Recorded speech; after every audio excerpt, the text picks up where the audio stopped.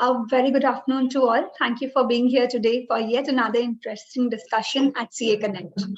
Our expert for today is CA Venugopal Gella, who I think is safe to say that knows a correct blend of technology into accounting to make life easier for all the businessmen. Venu sir is a practicing chartered accountant and has authored various books on GST. He is a tally evangelist and is a speaker at various forums for training.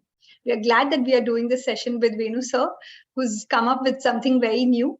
Coming to our topic, our today's discussion is basically built on to help practicing chartered accountants using tally to complete audit with accuracy and in less than 90% of the time.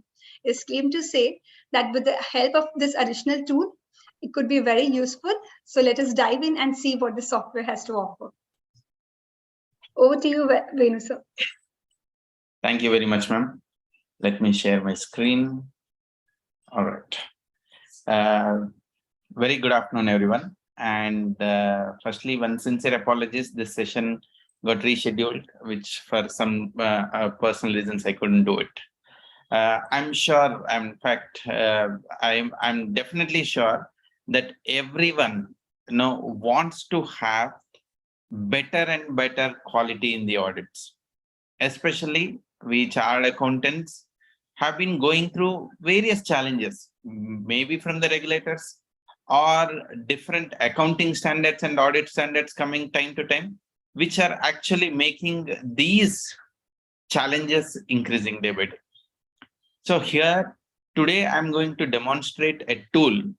Basically, this is an add-on to the tally, which will actually help us as a practicing chartered accountants to save a lot of times, be it internal audit, stat audit, tax audit, or GST audits. One thing which is common in all this is audit, and we chartered accountants audit is closely associated, right?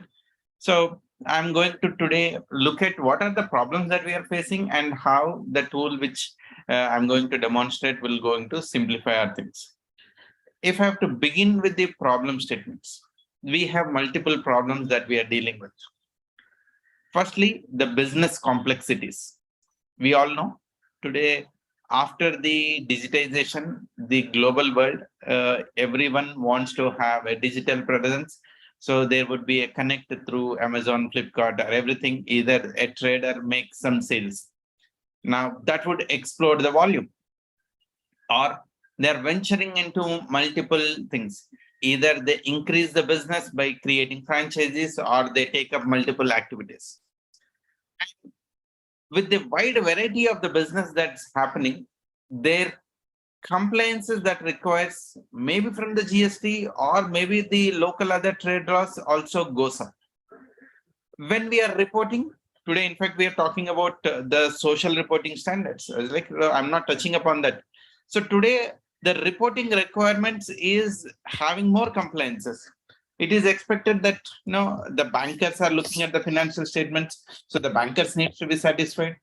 In fact, more importantly, if somewhere something goes wrong in any organization, the first thing that comes up is like, who is the auditor? So that means there is so much of trust that has been put upon to the chartered accountants to ensure that the financials which have been signed, submitted have, though we say true and fair, but in their view, they have to be at a true and correct. And what we adopt, the challenge is the sampling. Like we do not have either the skill set or the timelines or the bandwidth to do 100% verification of the transaction. Because over the so many employees in the organization who are doing those transactions over last 1 year, why you do the audit, the time period within which cannot make us to do 100% verification. The second challenge is the attrition in the team, which is very common. So the team comes, goes. With the attrition, we definitely have little more challenge as to the people who are doing the audit this year is not of the same thing which is the last year. So that's the second challenge that we have.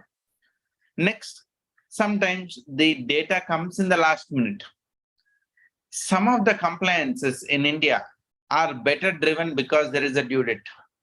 If there is no due date, then I don't think the book closure or the accounting cannot also happen. Now, most of the time you would have noticed that if the due date from September got extended to say December, even the data, the compliances, data sharing, all those gets delayed. Lastly, which is more important, is the information exchange. We are submitting GST returns month over month. Income tax returns are filed. Bank is submitting the data to the income tax portal. Today we know AS and TAS is giving more information. In fact, that information is sufficient to finalize someone's the value of the tax assessments and liabilities. Having said that, so much information is out there, it also makes a very important responsibility. Before we finalize, we take cognizance of all the information. Say a loan has been taken in a bank and the charge is created. It could so happen in a couple of cases which I've noticed that the term loan is disbursed to the vendor and the accountant did not create neither the loan or not the asset purchase. Or could be a situation where the corporate has raised the share capital, the capital has been did not update to the ROC, and the capitalization happened by way of bonus issue or capitalizing the profits that is there. Unless the account entries are posted into the books of tally, we don't know. And this is just no additional cash coming in, so no reconciliation trace, but the portal in ROC is saying something, on the books of accounts are showing something. So I'm just beginning to say something, but the compliances with the FEMA or as and when it goes up, it will be having multiple challenges. So as an auditor, we also have the challenge to ensure these values that are getting reported to all the agencies are correct and accurate. Lastly, on top of it, preparation of financial statements. Financial statements undergo multiple iterations.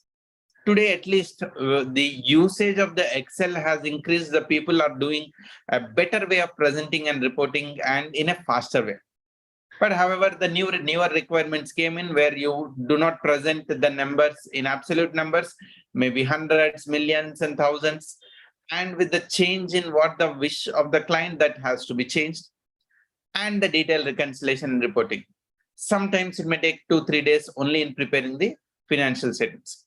If I have to say, these are the various challenges that we are going through. So what is the solution?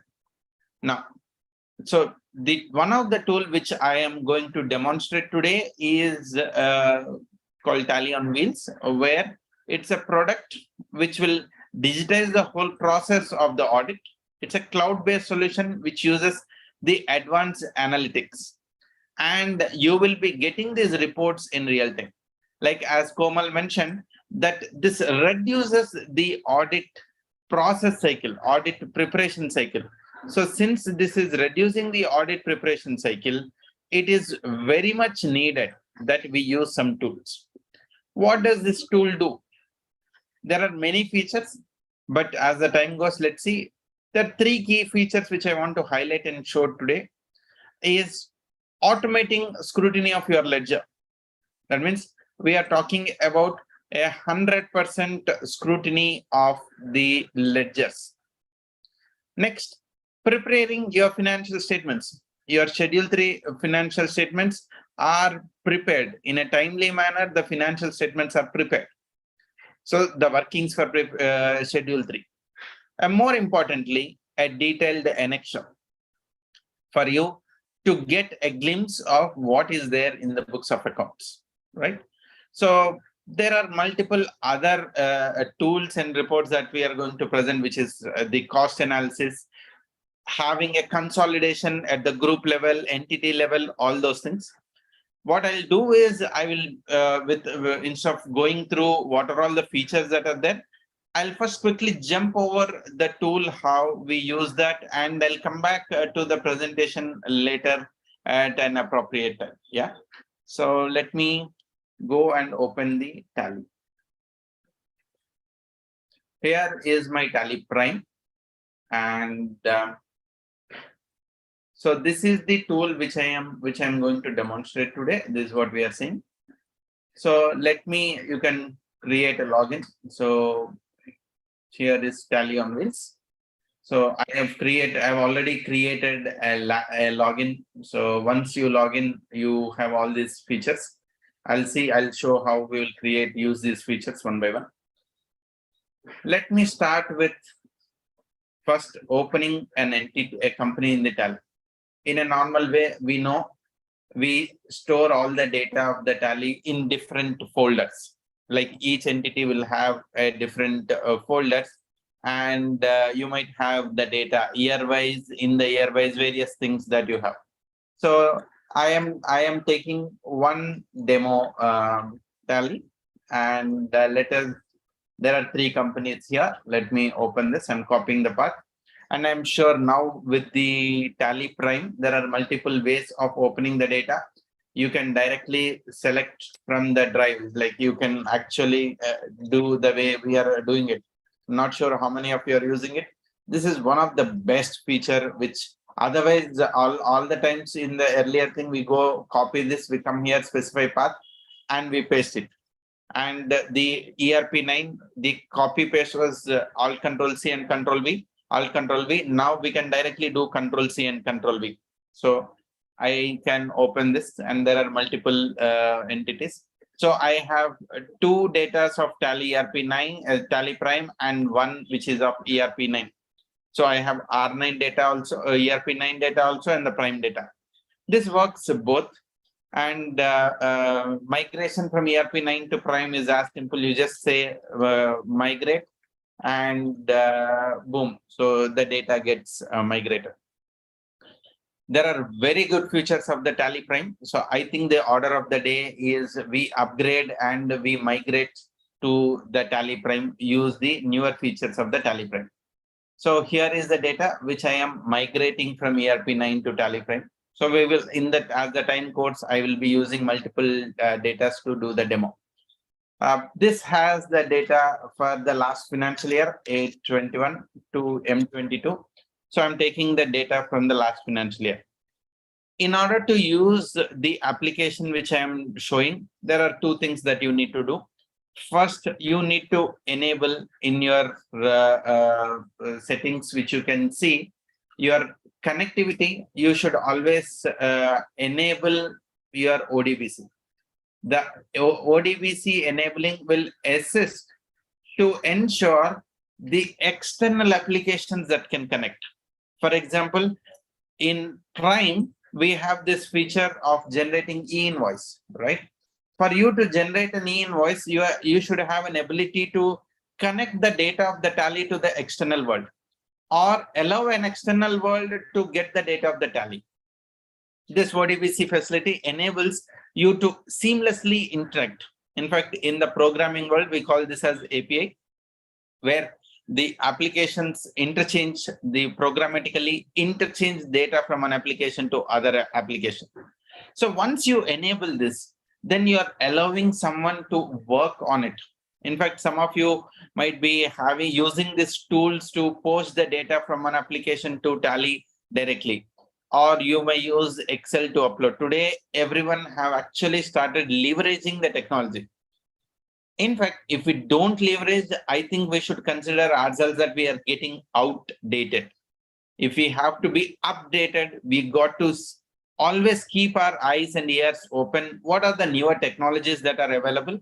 And I'm sure we all love Tally. As an accountant or a chartered accountant, for us, accounting and Tally is synonym. It's like like if you call someone as an accountant, you'll first say that, okay, back of your mind, you will say that, okay, they would know the Tally as an accounting software, right? So here we have all the data that is available. Now, let me go to the application. So the process begins in the application. The process begins by creation of an entity. The first process begins by creation of an entity. What does this creation of entity mean? If you notice again, we have in the way the data is structured, we are creating and storing the data in some folders. In a folder, you have multiple companies that exist. Likewise, even in Tally on Wheels, you create some entity and you load all these companies into that entity. So we will begin by creating one entity. So let me create automate audit. So I've just given automate audits. So this is the entity that I have created. Now in this entity, what are all I can do? I can add my companies. I can analyze the companies that I'm adding. I can prepare my Schedule 3 financials. Especially we just completed GSTR 99C, automation of entire preparation of GSTR 99C. There are various other modules. So today I'll only stick to these important things for our chartered accountants. So let us begin by this is the entity which we have created. Let me just add the company. And for the first time user, if it is not there, you will see that button, that download button that just popped up and went off. If you are first time user, it will come up so that it want to connect to Tally automatically. Now, look at this. I'm just saying add a Tally company. You can automatically see that a Tally which is open somewhere, the Tally which has got nothing is showing up here. Something which is showing up here. Let me change this. I will say automate audits demo. I've just changed the company name, right? So, it will automatically recognize I'm adding a Tally company, and it will automatically recognize which are all the companies that are there, right? So let me add the thing. For which period you want to analyze the data? So for me, my Tally data is for the period 21-22. I will say that for the financial year 21-22, for the financial year 21-22, I want to sync the data. Now, what is happening when we say sync the data? Automatically, as a chartered accountant, we have some expectations. We have some expectations that is like, say, expenditure should be 12 months. My payables receivable should reconcile with the ledgers, or my assets show true value, liabilities true value, all incomes are conservative, expenditure known like expenditure 7 book, all some assumptions that are there inside which we are doing the audit. So these are the things which I said, the problem statements. These problem statements are now going to be overcome, and it is going to prepare all these reports for us. So let's see what it is doing. It has put in some queries, and it has done some sync, and it is saying that there is some analysis report is there. What it is doing? It is preparing analysis report, tax audit report, and if someone uses cost center, it also prepare cost center report, right? As it is doing parallelly, I would also want to show the other. Let's see the other thing, which is financial reports.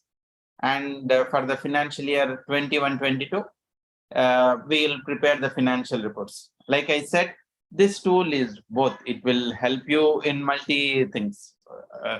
If you are doing internal audit, stat audit, tax audit, whatever, MIS, like these reports can be prepared not just yearly, it can be prepared quarterly, monthly, in different ways. These reports can be prepared. We'll first start with our analysis report. So where was the so what are we trying to do what are we trying to address? The problem first, which we are looking at, is in my audit, I want to categorize and analyze all the transactions so that my ability to detect, or the audit has multiple risks. Prevention is like when we put a control, either to detect something, prevent something. And audit is never a prevention control. It is always a detection control. You want to detect if something anomalies that are there. It could be intentional, or it could be an unintentional human error, or it could be omission. Now, if the biggest one of the risk in audit itself is an audit risk. The risk that you will not be able to audit the transaction itself is another risk, right?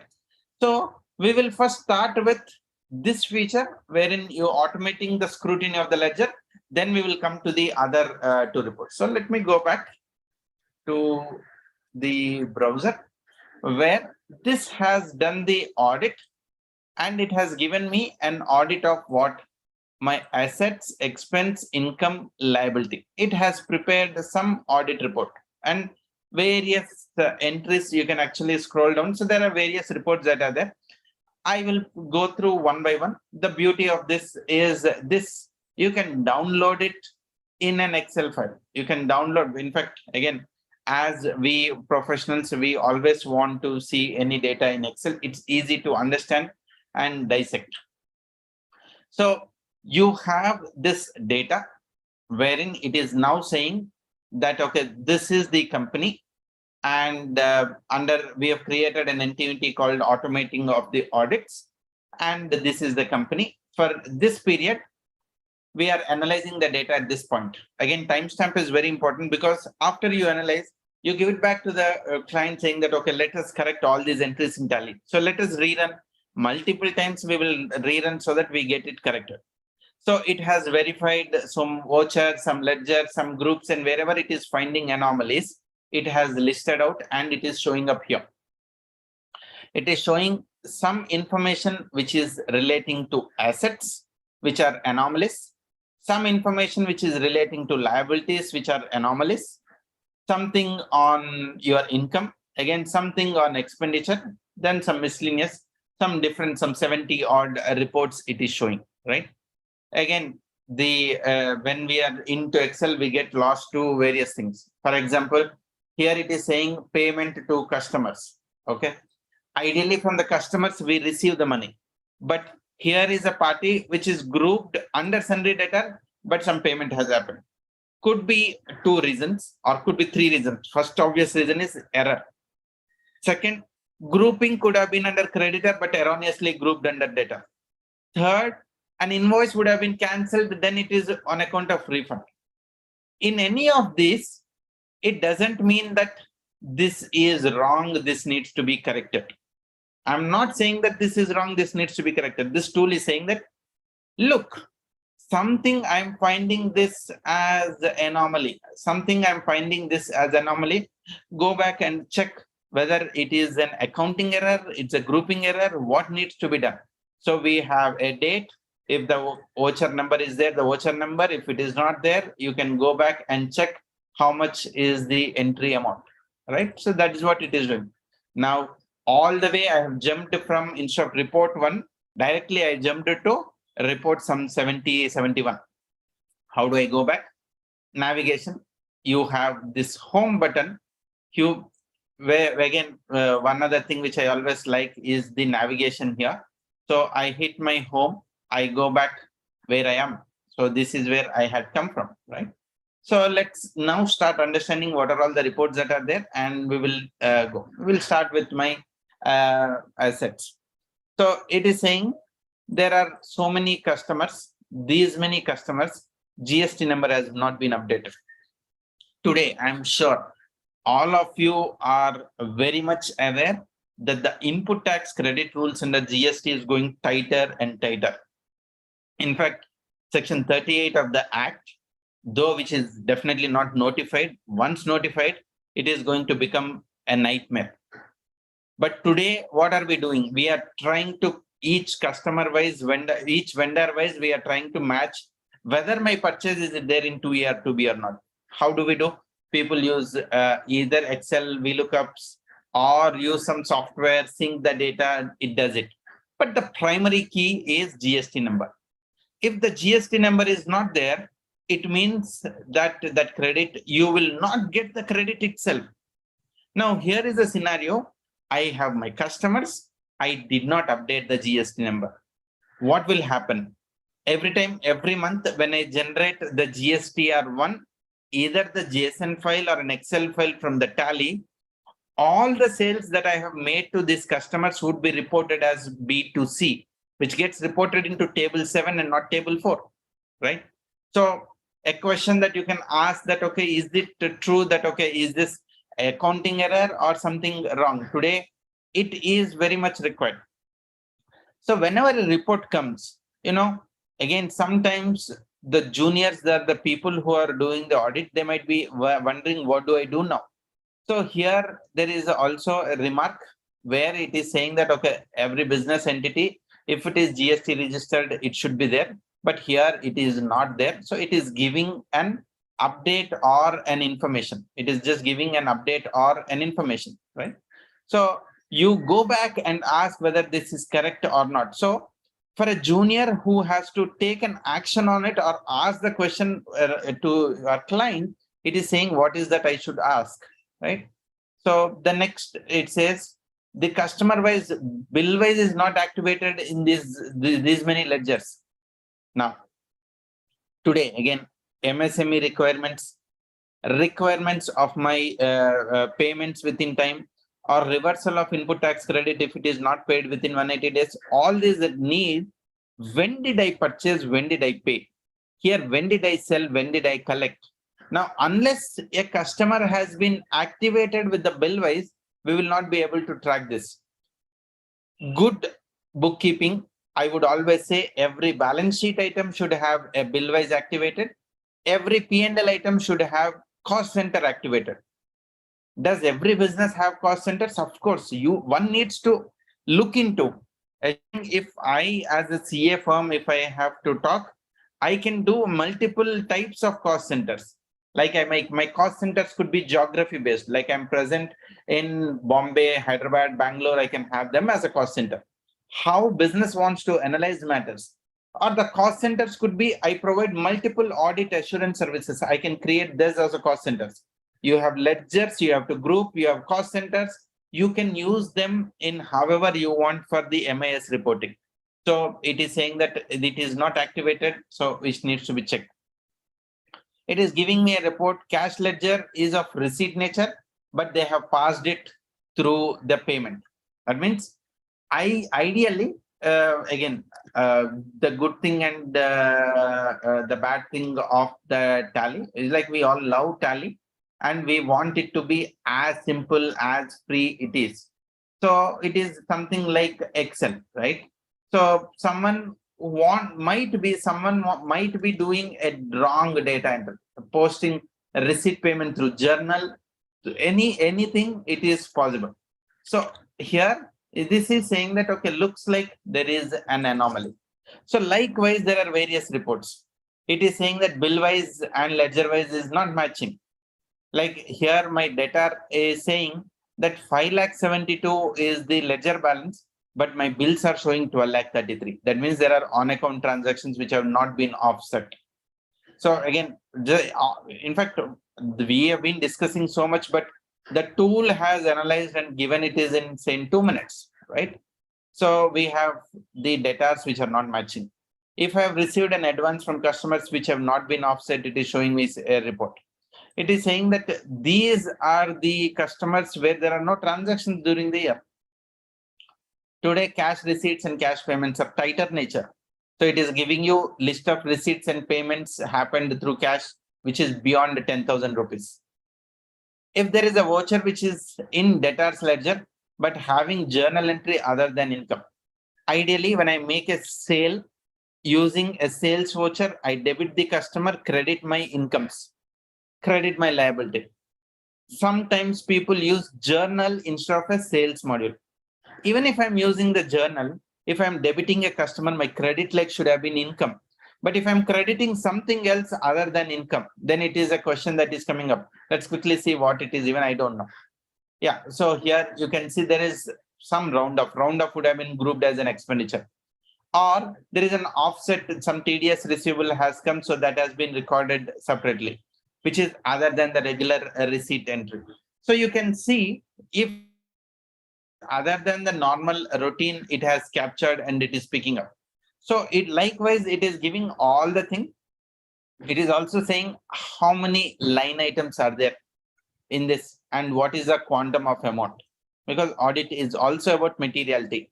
You also want to check whether do you want to ignore that, whether do you want to consider it.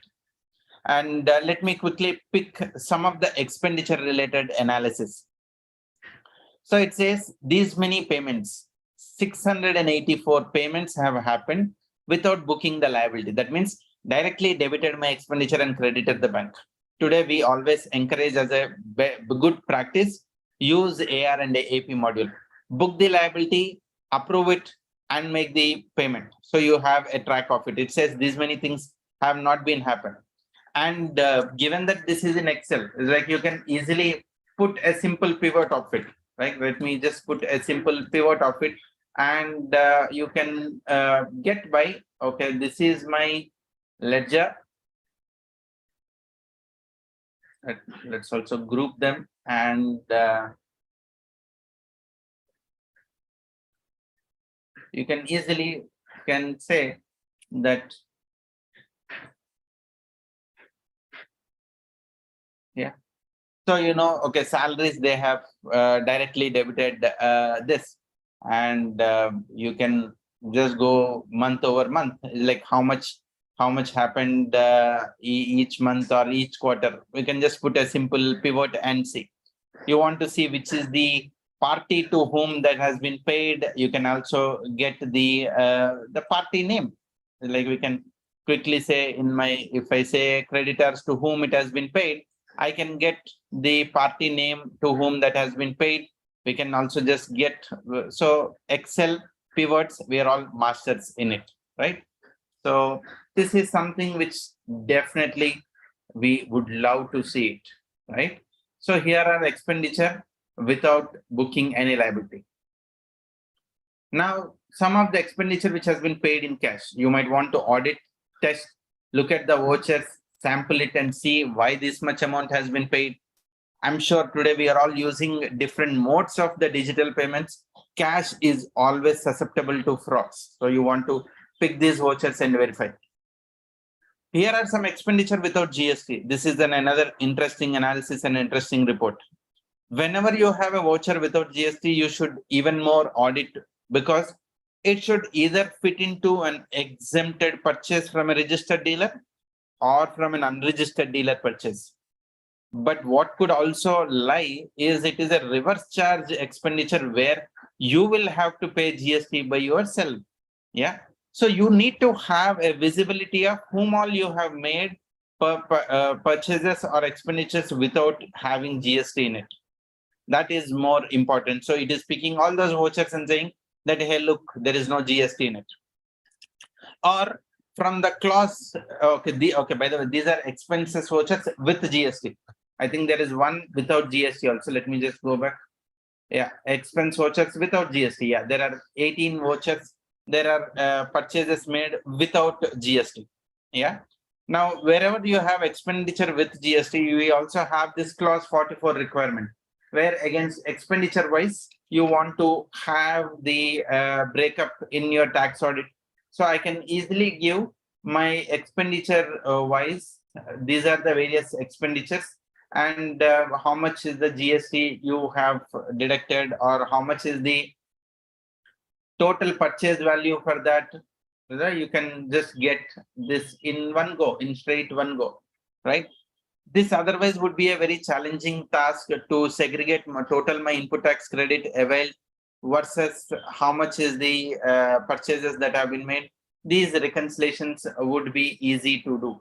So now you can quickly say that out of so much, I have paid a GST of 26 lakhs against this much purchases, right? So a quick information you will get in one glance, or one click of a button, you get all the information.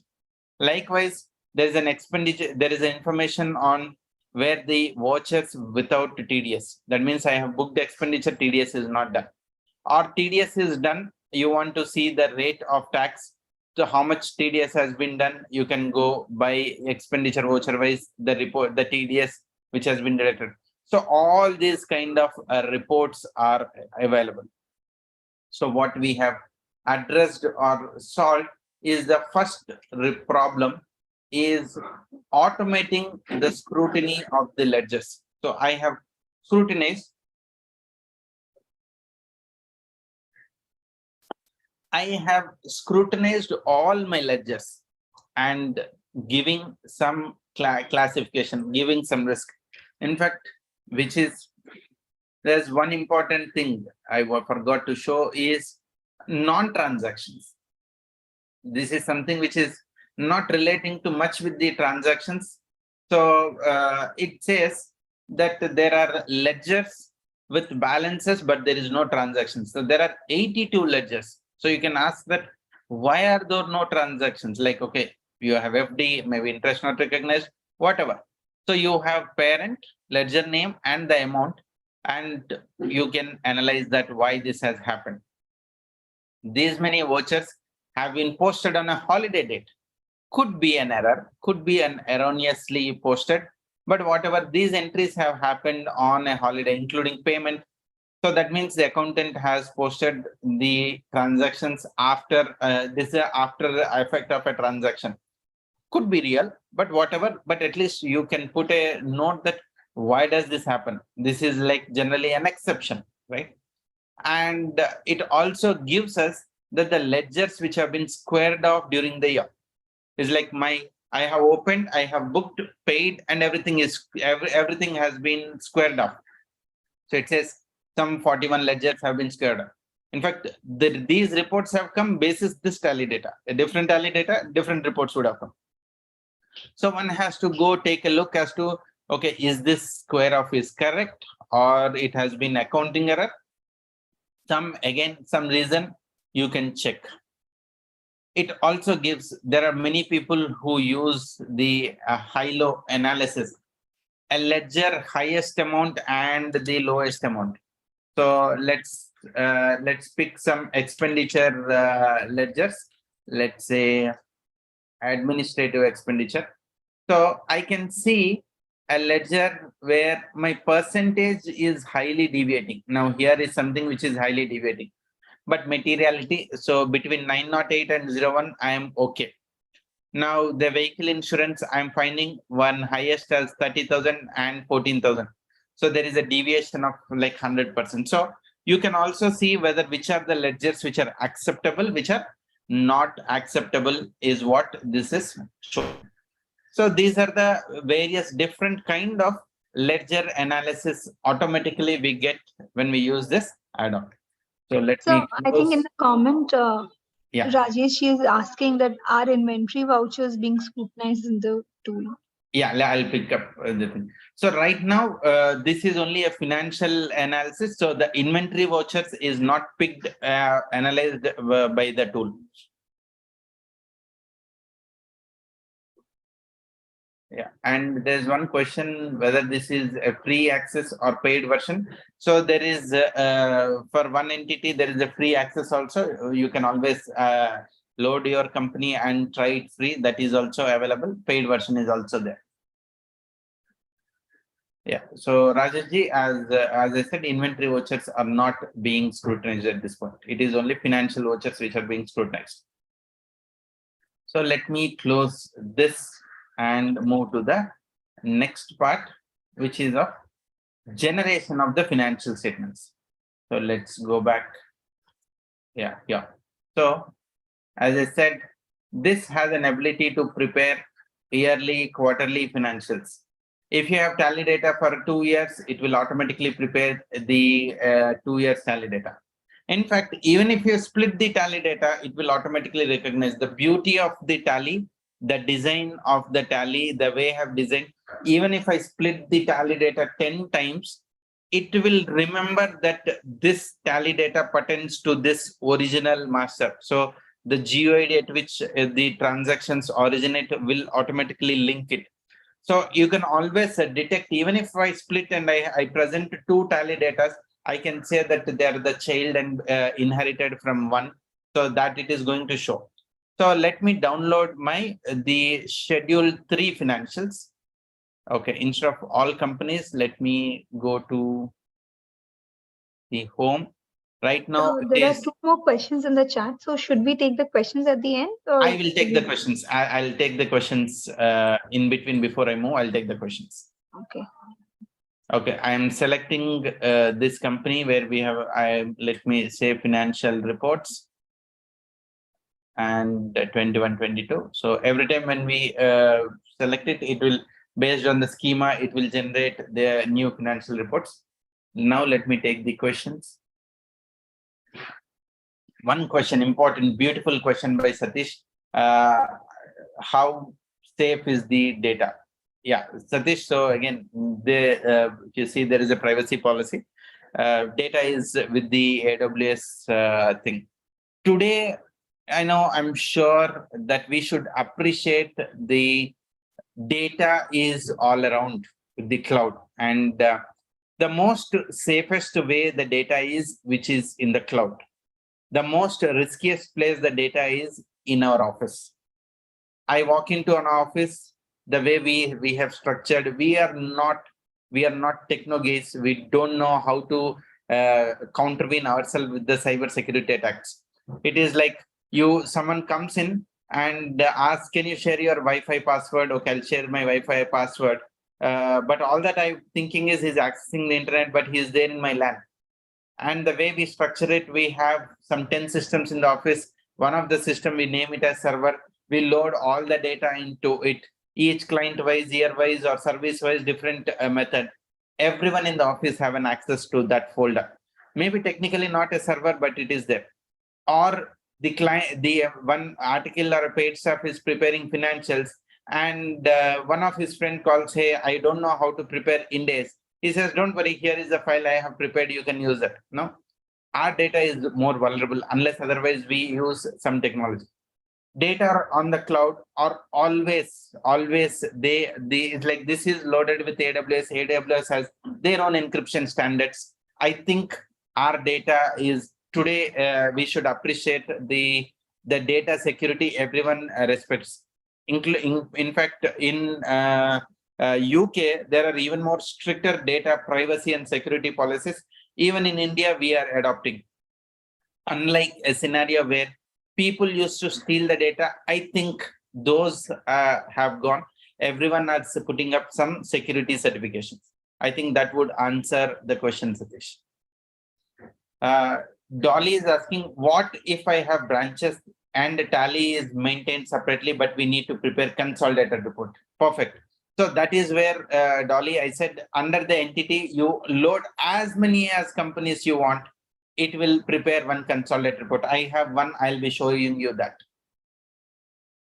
Srikanth is asking how to generate automated scrutiny. Srikanth, it is, let me.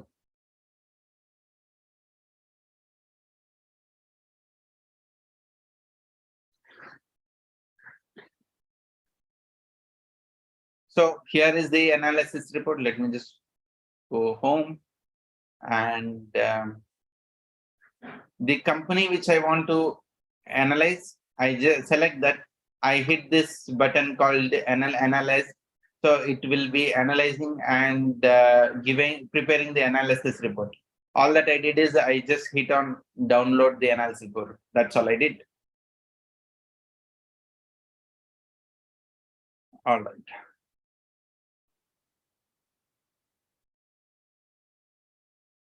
Okay, so now let's go to financial statement. So let me download my Schedule 3 financials. So here is the Schedule 3 financials. I'll say working of Schedule 3 because everyone has their presentation, their format of the Schedule 3 financials. Even our tally has kind of a better way of preparing the Schedule 3 financials. I'm sure everyone started using different views that are there. You can change the view. You can create your method of doing it. So I have just prepared one view as balance sheet quarterly. Now automatically it gives me a quarterly. So you can create your views and you can do it. So in a normal way, we have the vertical and the horizontal, but most of us like or understand the horizontal view of presentation, right? So we have seen that. Now let me go and download the Schedule 3 financials. So let me download the Schedule 3 financials for this. So I had hit that financials download button. Let's see the Excel gets downloaded.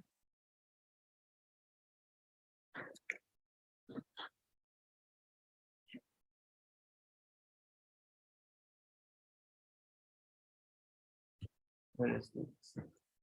Yeah, here is the Excel. Yeah, this got open, right? So the financial statements get downloaded automatically. And the good thing of it, it has a balance sheet in an Excel. And Excel, we can change. This is linked. Like you can see, the numbers, everything is linked. Both balance sheet, P&L, it is linked. And it is linked with the P&L to the P&L notes and the P&L notes to your schedule 3, right? So which is your trial balance. So here I have a different values of reports. All these reports are linked to my trial balance. So it has downloaded an Excel file. It has downloaded an Excel file, which is giving me in a normal course, if I have to see it in the tally, my trial balance, either I can get it this detail or I can have my opening balance, debit, credit, and the transactions.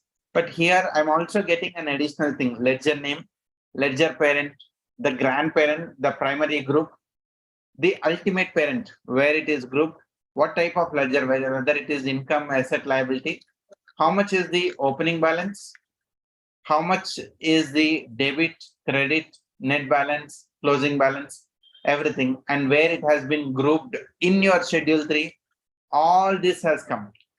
This grouping is automatically done by the tally itself, by the application itself, right?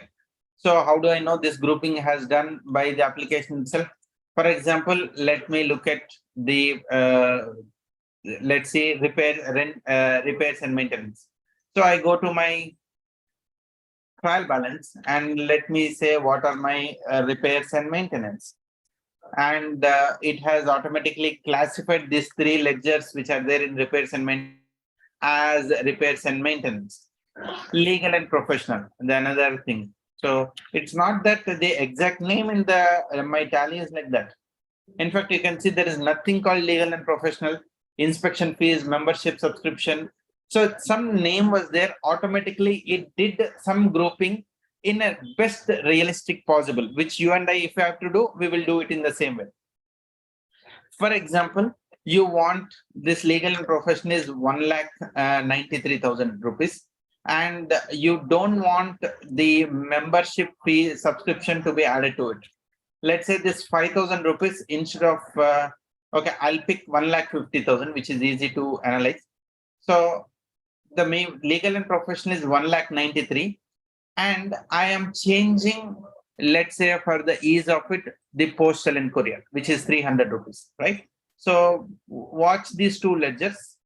These 2 ledgers, I am saying this postal and couriers, this line item, instead of legal fees, I want to change it to postage and courier, right? Done. You can see automatically that 1,89,000 has become 40 and 300 has become 1,53,000.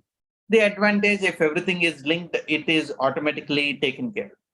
You don't want it to be as legal and professional. You want it to be as, say, professional charges, right? This is the name that you want it to be. You can change it. We can call this as professional charges. So automatically you can see it is linking and it is coming. The bigger challenge this year, I'm sure most of us faced, that you don't want to present the numbers in rupees. Let's say this is 80,86,846. You want to present this data not in rupees, in thousands. All that you will do is the presentation. Do you want it, the rounding of, do you want it in rupees or thousands? I'll say thousands. Done. My P&L is in thousands. My P&L notes has become 80,86,000.85. Automatically it has become. You want it in lakhs, you want presentation in lakhs, you just set rupees in lakh and it has become 80.87. You can also see that the presentation of the numbers automatically it got aligned. Even in your P&L, now the numbers are, you are seeing it in a very simple way and very neat way. Both balance sheet, everything has become in the simple numbers. Now, the another challenge which people had this year when they were doing it, they had this paise difference. Like you will never find this paise difference when we are using little scientific way of aligning it. You can see this is 0, even with this, or when you are with amount in rupees, amount I present everything in rupees, you have the balance sheet intact, that 0. It means it has an ability to shift. It's like we are not doing anything. Whatever be the presentation method we are saying, it is automatically doing and taking care of it. This definitely would save a lot of time of our professionals in preparing and presenting financials. Maybe for our internal analysis, I want to see it in rupees, but at the time, just before signing, I want to translate the way I want to do it. This tool would actually help us and save it and do it the way we wanted to do it. Let me see if some questions are there. Otherwise, I'll move to the analysis tool. How to compare between GST returns and audited financials? Santosh, when I come to GST, I'll take that up. Yeah. All right. Now, the next thing, in fact, the beauty of this, if I have to say, the best, one of the next best feature of the tool, I will say, is this as an Excel report. Like how our ledger analysis gave us so much of the information, the next best, I will say, this an Excel report. So let me download my Excel report. So I hit download an Excel report. Let's see what does this download do. This is going to give me the annexure of my P&L. What do you mean by annexure? So we have seen my balance sheet, notes to the balance sheet. And we now want to see notes to the P&L. What do you mean by notes to the P&L? The P&L has a note that we call it as annexure report. We call that as our annexure report. Yeah, so this got downloaded. Right. So what does this annexure report? Look at this. I have my revenue. I have my revenue, my sale of the products coming from different ledgers. I am coming from different ledgers. But I am also able to see by party. From which party I have received my income. From which party I have received my income, it is going to also give me, and it is giving me month-wise. And it is also giving me what is my monthly average. In fact, my average is changing as I go. Like if the moment I reach end of the year, my average has become 65 lakhs.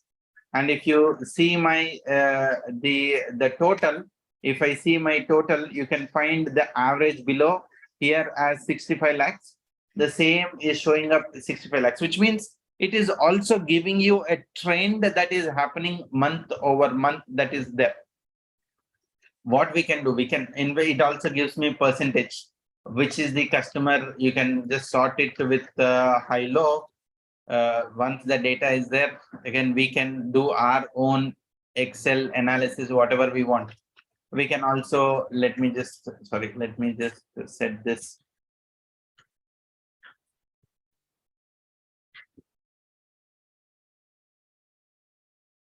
Yeah. So we can just insert one simple slicer, or let me go to insert, and I'm just inserting this sparkline. And I want to analyze this. You can see, it is giving you a beautiful trend. Maybe this is not the customer where you want to do analysis for, right? So, but if you see, this customer trend is also aligned with the trend of the thing. He is holding 32%, but the purchases from this was there higher only in the first few months. You can notice here, there are huge purchases or huge sales only in the first few months. After October, you can see there is a decline in the trend. So I can just see for all the customers or all the huge data, how the data is just a simple graph. especially your professional charges, your various expenditures that you are having. These expenditures to whom you have paying by party, you can make your analysis how much, whether you have all the 12 months entries are there or not. Let's say my salaries, this is one again easy to explain and understand. So in this salaries, I want to see whether my salaries are paid for all the 12 months. Ideally, the graph should be in a kind of straight line, but here you can see there is some movements in the graph in a different way. There is a decline trend. Now, this could indicate that, okay, is there any seasonality? Now, could be some are fixed employees, some are job work employees. So you can see a different trend, whether how it is taken care on what is happening.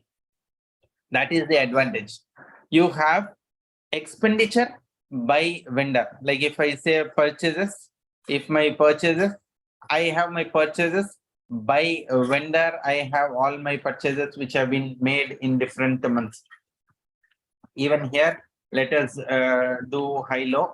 Let me just sort the data by each of the vendor on a highest to the lowest, or largest to the smallest. So you can see there's been a lot of cash purchases here. So this client has, so which means there is a lot of susceptibility. So you have to increase your audit materiality. Here are some vendors, vendors where I did which is booking through the GST vouchers, which is 74%. Yeah, rest is other than GST is 26%. You can also make this analysis for yourself and see that, okay, am I getting all the information which I want from the client? Like rent, do I have 12 months entries? Okay, in this case, rent has been booked only end of the year.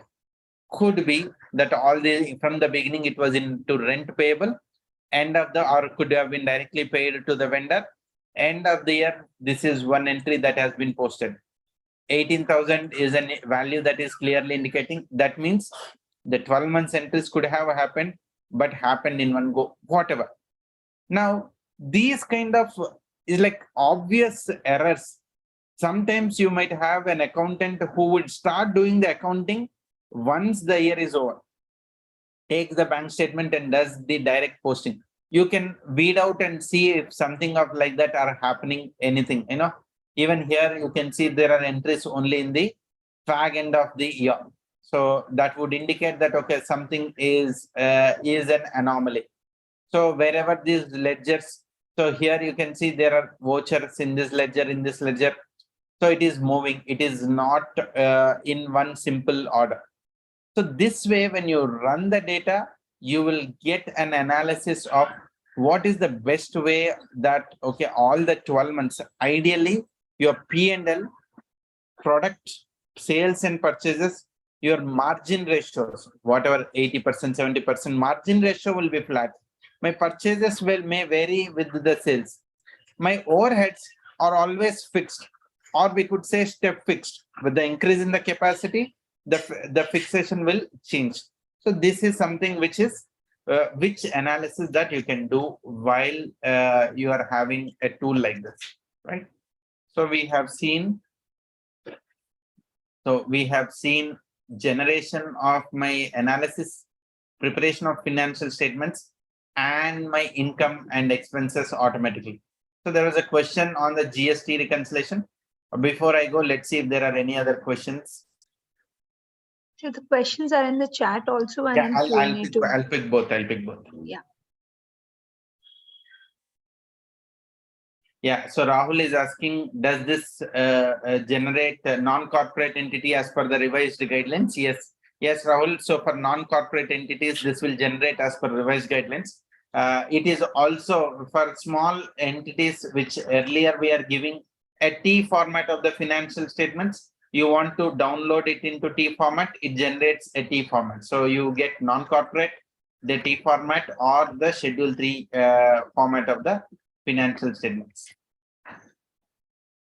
Then Vasudev, how to view previous year figures in the balance sheet and P&L if we split the tally data? Again, Vasudev, absolutely nothing to worry. Even if we split the tally data, we just add, when we add the company, we select the year which you want to process. So you will select year 1 first, you will select year 2 second. Automatically, this will add the tally data. So that is not an issue. Naveen, in product purchase analysis, can we analyze the products purchased from which vendor and at which rates? Naveen, as I said, right now, it is not doing an audit of the inventory vouchers. It is only doing the financial ledger voucher. So this report which you have asked for analysis, it is not there. Let me see in the Q&A section. So Mihir is asking, what precautions or disciplines to be observed at the time of data entry, which are prerequisites for generating a perfect and accurate reports? Mihir, I would say that whatever be the method of accounting, we can't enforce. We can always say, always follow the best practices. Even if everyone are posting all the entries through journal and everything on account, still you can run this tool and it is going to give this. These are the anomalies. These many vouchers are on account. These are not routed through AR, AP, all those things. At least it will help the client that, okay, what is the next for everyone has to keep upgrading, better our quality of bookkeeping. The higher the quality of the bookkeeping, my audit risk comes down. So I know that the chance of something not getting detected will reduce. So we can always keep saying that these are the options that we have to do it. And Rahul is also asking, is there an option to input notes into the schedule 3 into the balance sheet? Yeah, Rahul, this gives us an Excel output. So in the Excel, we can add, because as you saw in the Excel, everything, it is elastic. Everything is linked. You want to add anything you want to by yourself. You want to change the number, you can change the name. Like we have seen the change in the title, we have seen the change in the classification. We can do those changes.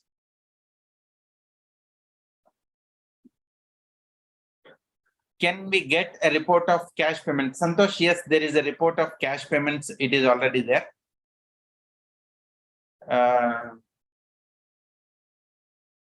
Cash receipts and cash payment. Yes, Santosh, we have there is a report which is already there. Do we get the financials as per Ind AS? Vandana madam, what I have shown the schedule 3 is the Ind AS format. I would say this is an Excel working of the Ind AS. Now, every CA firm has the multiple ways of presenting it. Yeah. All right. So I'm just hiding the questions that I have answered.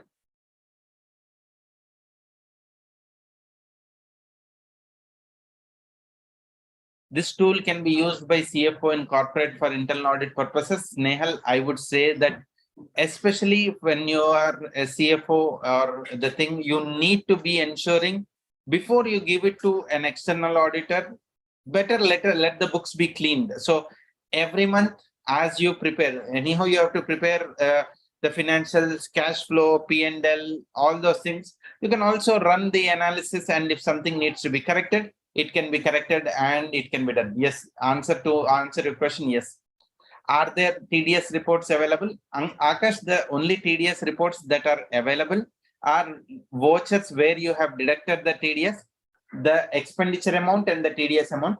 Vouchers where you have not deducted TDS, only P&L related, it currently it gives. As the time goes, we will see if we can, because the classification today is going to be more challenging. Like professional charges, there is an entry for 2%, there's an entry for 10%. Many do not do the quality of bookkeeping. Is like Tally has the module of the compliances, which is TDS and GST. But most of that do not use this legal compliance module in Tally classification. However, this tool says this is the ledger name, expenditure name. This is the ledger in which you have done the TDS, expenditure amount, TDS amount. We can derive the percentage and see whether we have complied it in right manner or not, or look at that other sheet where the list of vouchers where TDS is not done, whether you want to comply it and do additional TDS deduction. So it gives you both the reports which can be analyzed.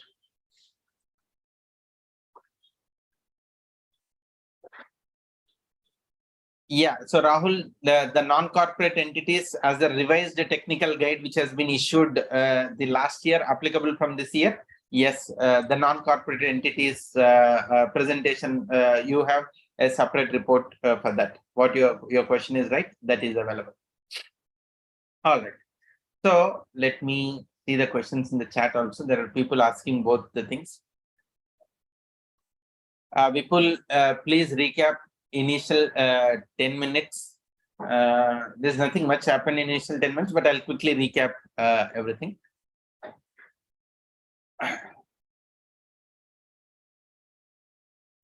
Will it extract aging of debtors and creditors? A very good question. Okay. Especially in my schedule 3. Now let me go through the schedule 3 financials. If you see the schedule 3 financials, this is the another requirement that had come this year is in my balance sheet, right? In my balance sheet, let me just go to my trade receivables. So here is my trade receivables. I have to give my trade receivables age wise up to 6 months, 6 months to 1 year. I have to give in age wise. But it may so happen that your quality of bookkeeping is not so great that your age wise it is not giving you a correct value. So it is also extracting the age wise bill analysis from the tally, including on account, how much it is there. But according to your bill wise, the outstanding receivable is 14 crores. What is there is 7 crores. But here it is saying that in order to report, you can report it in this way. For our ease of it, let's say less than 6 months instead of 10 crores, I am making it as 5 crores. You can automatically see what to be reported. It is allocating between on a FIFO basis. The system itself is automatically allocating and saying that the 7 crores can be reported in this because the bill-wise information is available in this pattern. Wherever the bill-wise is not there, you can consider on account on a FIFO basis and allocate and go. Is this the right thing? I will say the most accurate thing, because you should insist again the good bookkeeping, every balance sheet item should have bill-wise being enabled. All right. So let me move to the next part. Okay.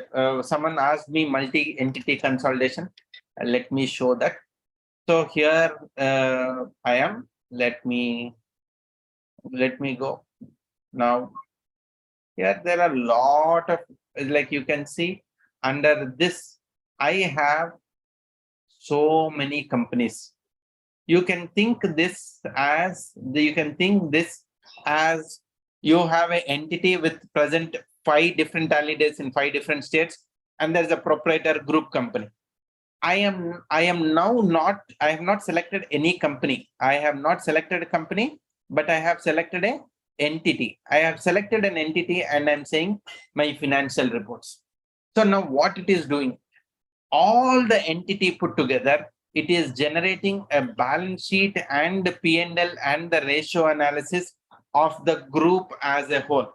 Again, this year over year, it will generate. So anyone who has an entity level presentation that you are doing, in fact, I've selected 22, 23. I'm not sure how many entities are participating in it, but it will crawl through all the data and it is going to prepare a consolidated balance sheet and P&L. So as it comes, automated aging is there, ratio analysis is there. Let me just show you one of the very important, which is required for your for our schedule 3 preparation. Let me pick the financials for this entity which we have uploaded. Let's go and get the ratio analysis.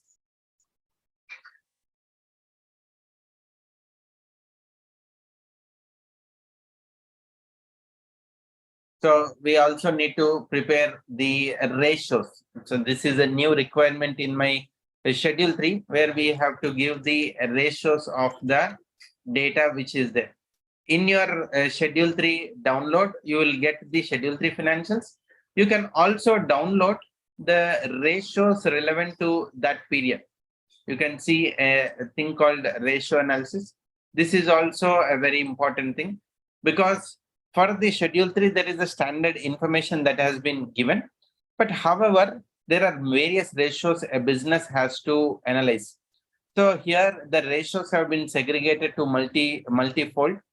The ratios which is on the turnover related, debt service equity ratios, or profitability ratio, GP ratio, NP ratio, return on investment, everything. It also says what is the standard ratio, what is the actual ratio, and if there is any analysis you want to make a note, you can make a note. So it has some standard and what is the actual. Is this the right standard? It is basis some analysis it has given. How this ratio is given also, it is cost of goods divided by sales, right? Liquidity ratio. It says the absolute cash ratio should be 0.2, but here I'm not finding it. So my current ratio should be 2, it is 2.16. Your quick ratio should be 1.3, it is 1.8. It means it is good. So it has higher assets than the expected way of doing it. So this has a different analysis of the ratios also. Yeah. So now we have seen the ratios. Yeah. Here we have prepared the financials for the last year. If you see, I have generated the financials for 22-23. Actually, 22-23, there is no data which has been uploaded. All the data was there only for 21-22. For all the group, you can see the financials. It is at a group level. It is at a group level. You see the financials. You can download the Schedule 3 financials at the group level also. At the group level also, you can do the download of the financials. Since it is generating the financials for all the things, it is taking time, and you can always see what are my recent downloads. Yeah, this is pending. So once it is ready for download, you can see it will be ready. In the meantime, let's see what else. Yeah, what else is there is the GST. So this, with this, I'll complete. I'll show how the GST workings happens, and I'll conclude. And for this, let me pick a tally data.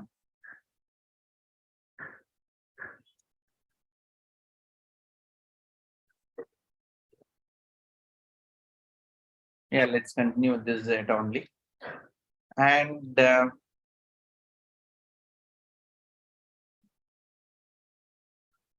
let me go to the another folder.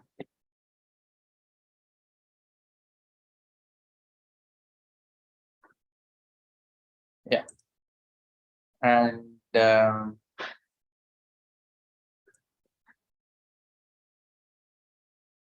yeah, GSTR9. Okay. So here is a module where I can prepare GSTR9. How does the GSTR9 works? I can always log into the government portal using the ODP. I'll say login.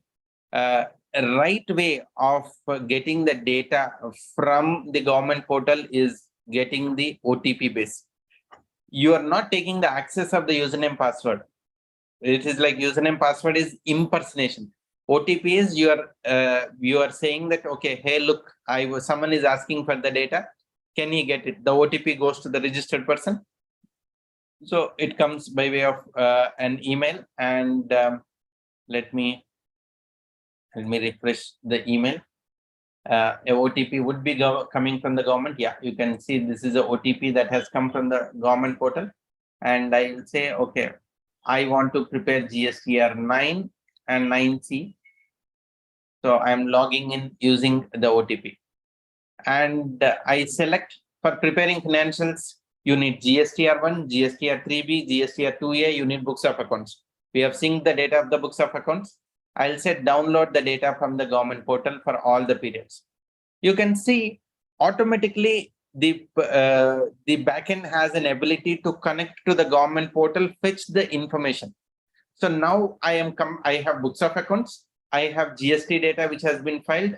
Merging both, I will be now able to prepare all the information. If I have to manually download this each month, it will say the moment I select, wait for 15 minutes. I have to do some 12 GSTR1s, 12 3Bs, 12 2A, 12 2B, consolidate. It's going to be a humongous task. but you can see automatically this is doing in the backend. Once it is done, I can upload my purchase register manually, or I can sync it, and I'll say prepare GSTR 9. What does this do? It is now consolidated all the information, and it is asking me, it is going to ask that I have to match the data which is there in your books and this. I will say, okay, match, run GSTR 9 matcher. So it says you should have filed all R1 and 3B, and it will now analyze the data of R1 and 3B and going to do it. It is also saying, hey, 31st December is the due date. You haven't filed it. It is late. Okay. It does the matching. The beauty of it, now I'm able to download the 21-22 R9. Let's download and see what it is going to give.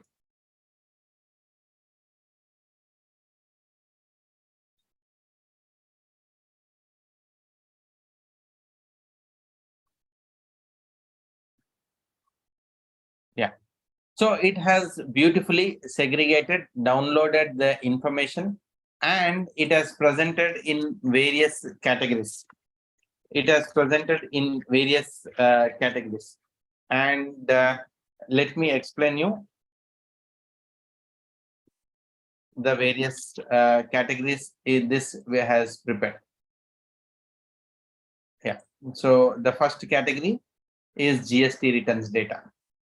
Whatever which has downloaded, like GSTR1 consolidated, all the data which is there in GSTR1, it is giving me month-wise. It is giving me month-wise taxable value, tax amount. There's a first report it has given. Likewise, R1, it has also downloaded GSTR3B. Now, more importantly, I might have filed something late. For example, in the month of July, my turnover is 89 lakhs, but I filed 44 in July, 39 in August, 4 in September. Could be data entry errors corrected later. So to compute enabling paying interest, it is segregating and showing it to you. 2A versus 3B. How much of the credit you have claimed in 3B? How much is there in your GSTR 2A? If there is any difference, you have to explain. So it is giving you all various sides of information. Most importantly, this year, I'm sure every one of us have struggled in preparing table 17 of R9, which is HSN-wise details. So it is also giving me HSN-wise, what is the quantity, taxable amount, all the rate-wise, unit of measure-wise. So it's simply how I can upload it into table 17. Then some reconciliations. Like we have this challenge. So yeah. You're saying that the screen is frozen. So you're in the Excel. I'm sorry. My bad. I don't know. Okay. Now it's visible.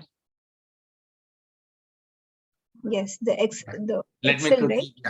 Yeah. So this is GSTR1 consolidated. You can see month-wise data, which is there in the portal, each month-wise. Likewise, your GSTR3B, you have month-over-month the data. The invoice-wise, which I said, the July month the turnover was 89 lakhs. But in the month of July, I reported 44, August 39. So to compute interest, it is enabling and showing me the information.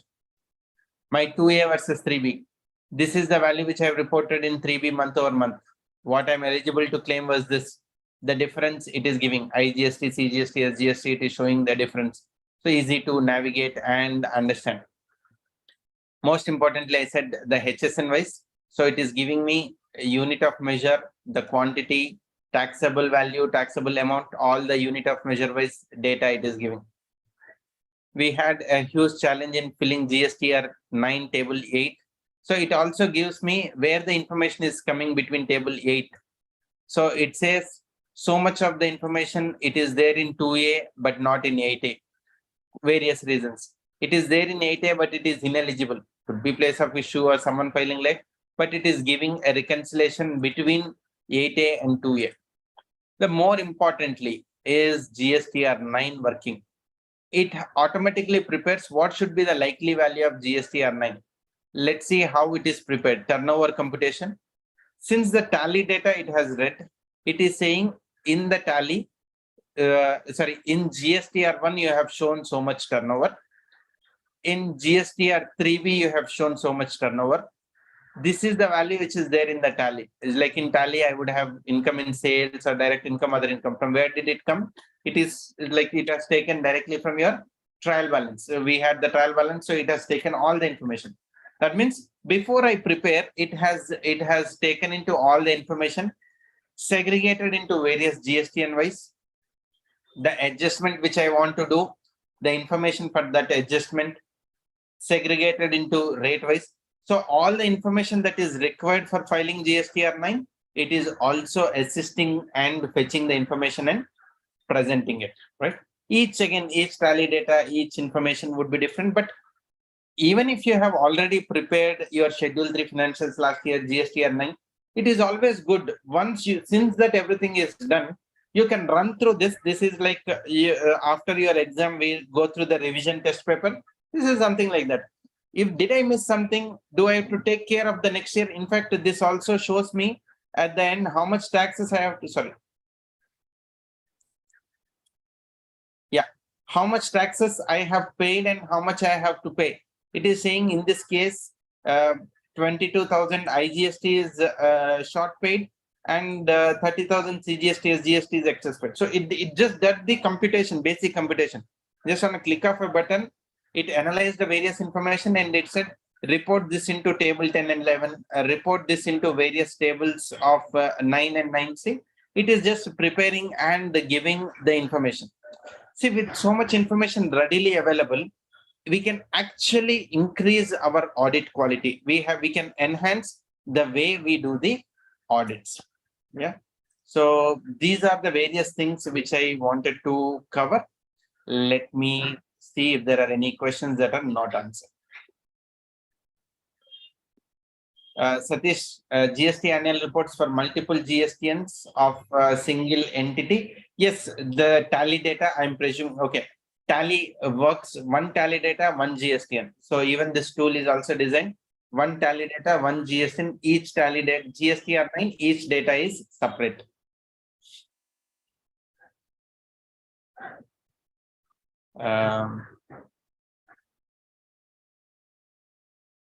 Yeah, so why? So one of the question in the chat got missed. Can we change Yes. groupings like professional fees and postage, etc. in tool, or it needs to be done in Excel only? Okay. So you can create in your own schema. If you want to do one time, you can do it in Excel. You want this as a this is your classification. You have a feature in the tool itself. You classify every time when this is generating, you generate in this way.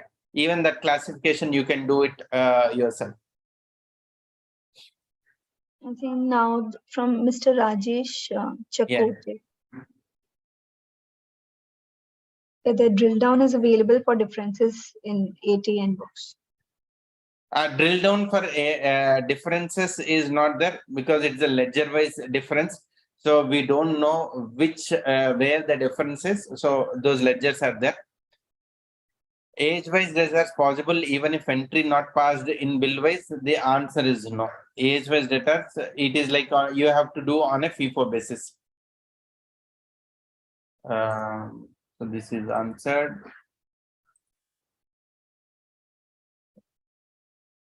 Can it analyze other data? No, it analyzes only tally. So that's why it has been named as tally.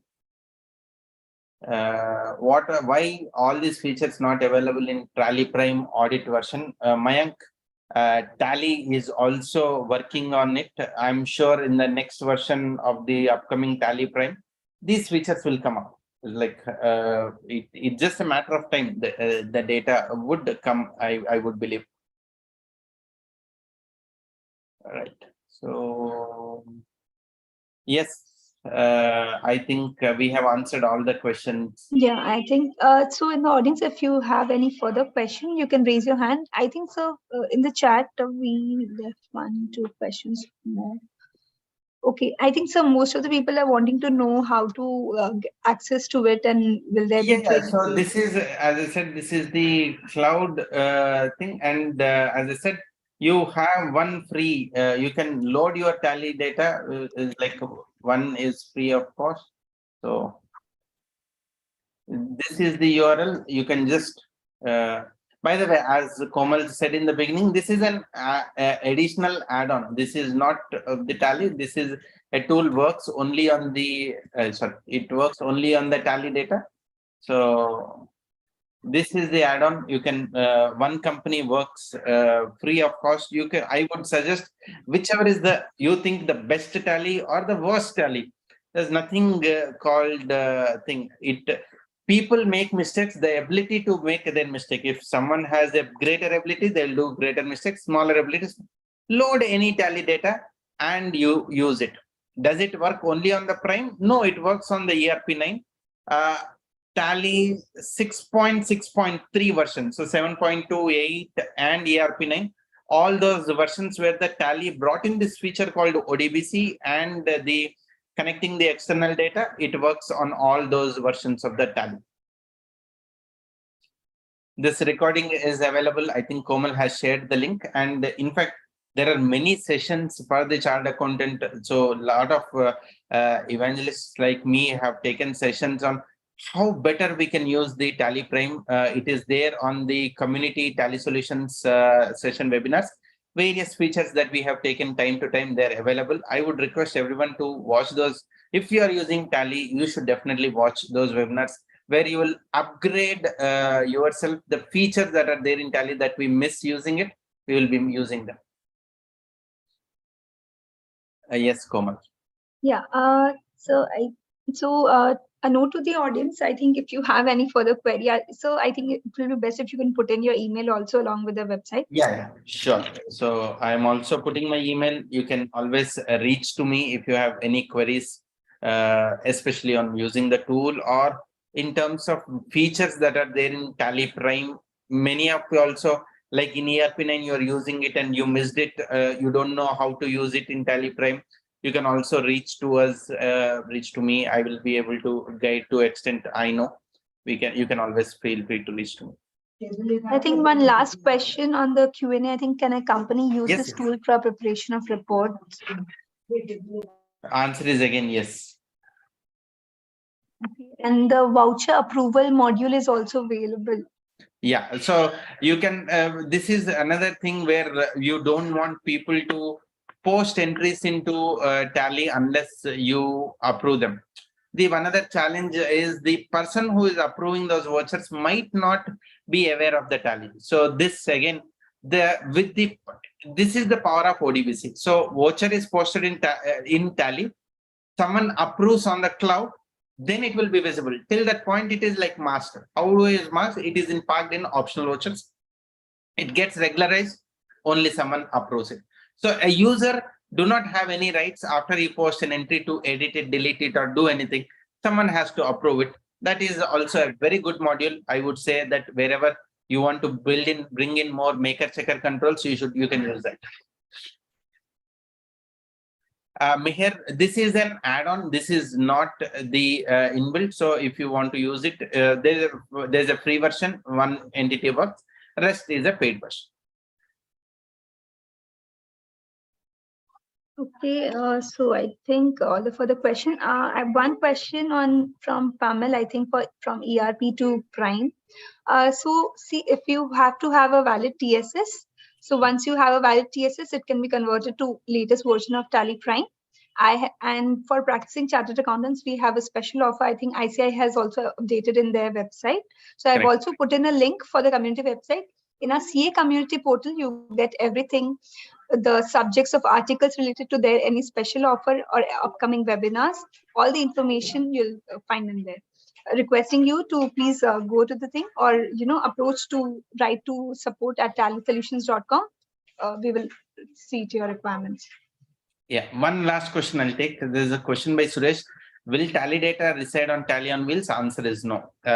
It only has, like you can see, while it was syncing. So basically, it is querying various things. In fact, I'll show. Let me also show people like how this works. So you can, if you have Tally, you can also do. You can just press on the your Tally. You can press Control N, and you want to know. You can put this query, select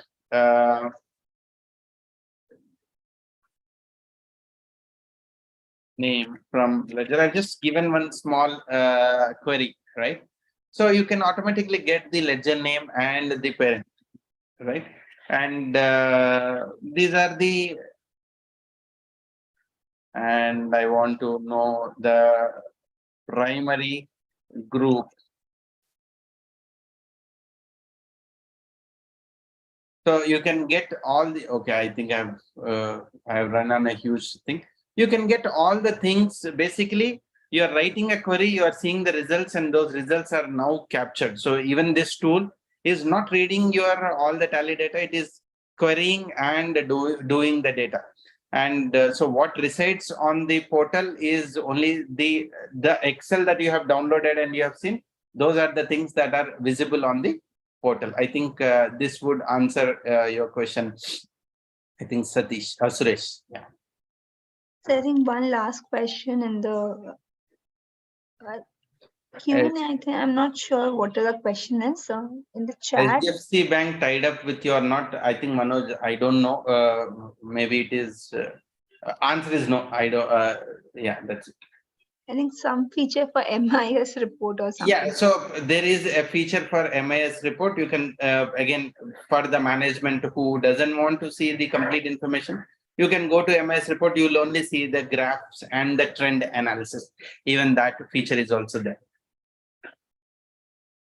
Okay, I think we have no further query. Yes. Thank you so much, Venu sir. With the questions and the quantity, we can definitely, make a conclusion that a lot of people have got their interest spiked in this.